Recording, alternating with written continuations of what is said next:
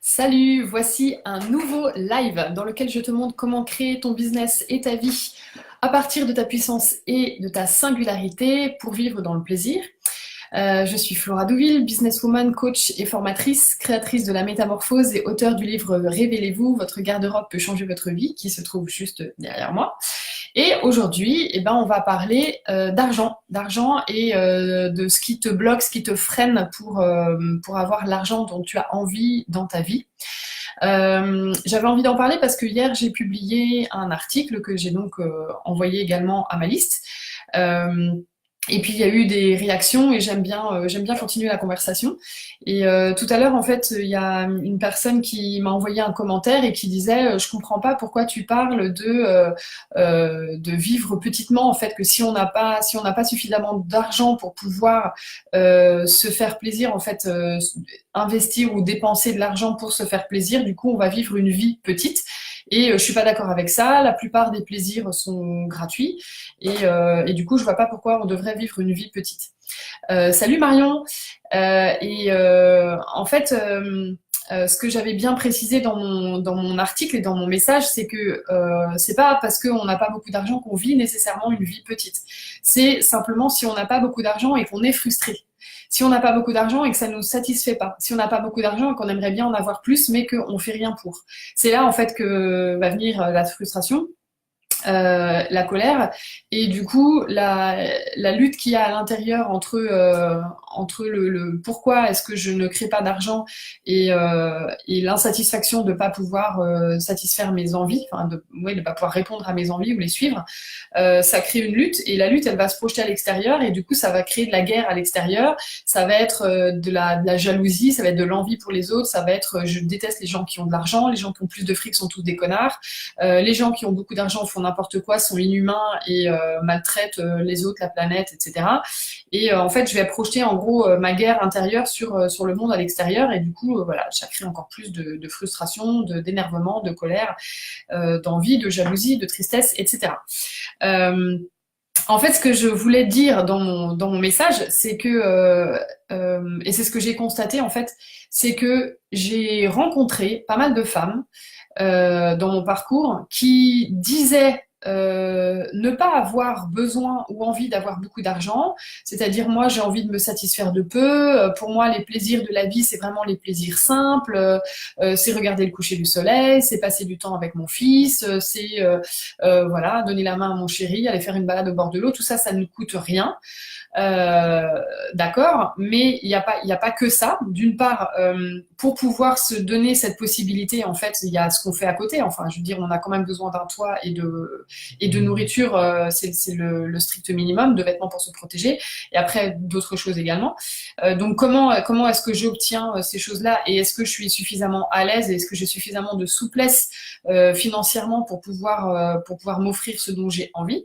Et après, il y a aussi que c'est pas toujours vrai, c'est-à-dire que toutes les femmes que j'ai rencontrées qui me disaient se satisfaire de choses simples, de plaisirs simples, euh, en fait c'était pas toujours la réalité, mais simplement il y a une partie d'elles qui aurait adoré autre chose, qui aurait bien aimé vivre plus dans le luxe, dans le plaisir, dans voilà pouvoir s'offrir quelque chose dont elles avaient vraiment envie, pouvoir partir en voyage, pouvoir utiliser des objets dans le quotidien qui sont des objets de qualité, qui sont des objets qui sont beaux, voilà, pouvoir se faire plaisir à plein de niveaux. Après, se faire plaisir, ça peut ressembler à plein de choses.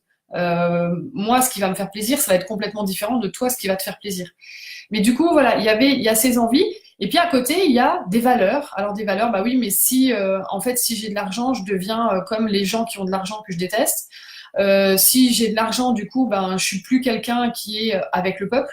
Si j'ai de l'argent, je suis plus de gauche. Je deviens quelqu'un de droite, capitaliste, la mondialisation, tout ça. Et ça, je veux surtout pas en fait être identifié à ce truc-là.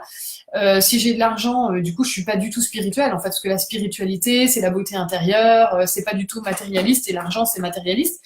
Il y a tout un tas de trucs, de valeurs et de croyances autour de ça, qui font que, du coup, il y a une lutte entre ce que je veux et puis ce que je crois qui est vraiment bien, des valeurs ou des choses auxquelles j'adhère. Et ces choses auxquelles j'adhère, en fait, m'empêchent de pouvoir vivre mes envies, de pouvoir les suivre et de pouvoir me dire, j'en ai rien à foutre, en fait, j'ai juste envie de ça. comme un enfant. Un enfant, il a envie de faire des choses et en fait, il les fait. Il va pas se poser la question de savoir. Alors après, si, parce qu'on lui apprend que c'est pas bien. Alors du coup, il arrête. Mais au début, il suit ses élans, il suit ses envies. Il a envie de toucher un truc, il a envie de se toucher les fesses, il se touche les fesses. Il a envie d'aller regarder comment elle est la porte. Il gratte un peu, il touche. Enfin, voilà, il suit ses envies. Et en fait, nous, on s'est complètement coupé de ça parce qu'on s'est mis plein de trucs dans la tête.